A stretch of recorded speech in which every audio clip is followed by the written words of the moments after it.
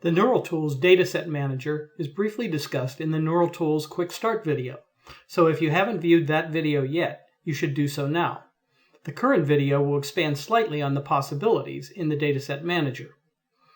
Before performing any analysis with NeuralTools, you must designate at least one dataset as a NeuralTools dataset, and you do this through the Dataset Manager. Here it is illustrated with the auto loan data you see. When you select any cell in the dataset and then click the Dataset Manager button, you are first asked whether you want to add a new dataset. When you click Yes, you see this dialog box.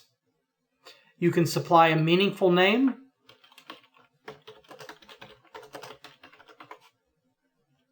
you can check that the data range is the correct one, you can apply cell formatting for emphasis. And the other important option is to choose the correct variable type for each variable.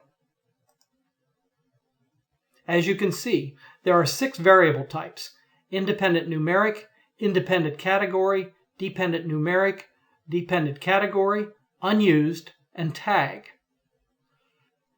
The choices you see here are correct except for the first choice.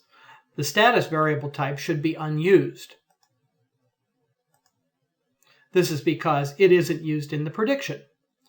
NeuralTools chooses the last variable as the dependent variable by default. But you can change this.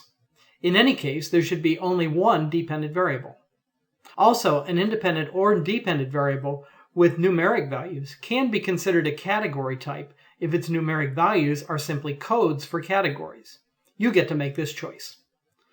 Finally, a tag variable is a special kind of variable with only 3 possible values: train, test, and predict. It lets you control which cases are used for these 3 roles. Be careful about accepting the variable types suggested by NeuralTools. They are often good choices, but you should examine each variable carefully to make sure its type is appropriate for its role in the analysis. Note that there are a few other buttons in the Dataset Manager. You can add a new dataset with a New button.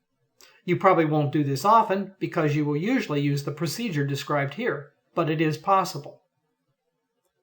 You can delete an existing dataset with the Delete button. This doesn't delete the data from the file. It simply deletes the dataset from the NeuralTools collection of dataset definitions. You can have a dataset spread over multiple ranges in the same worksheet or in different worksheets. All of these ranges should have the same variables. Then, once you have designated the first range, the primary range, you can click the Multiple button to add secondary ranges.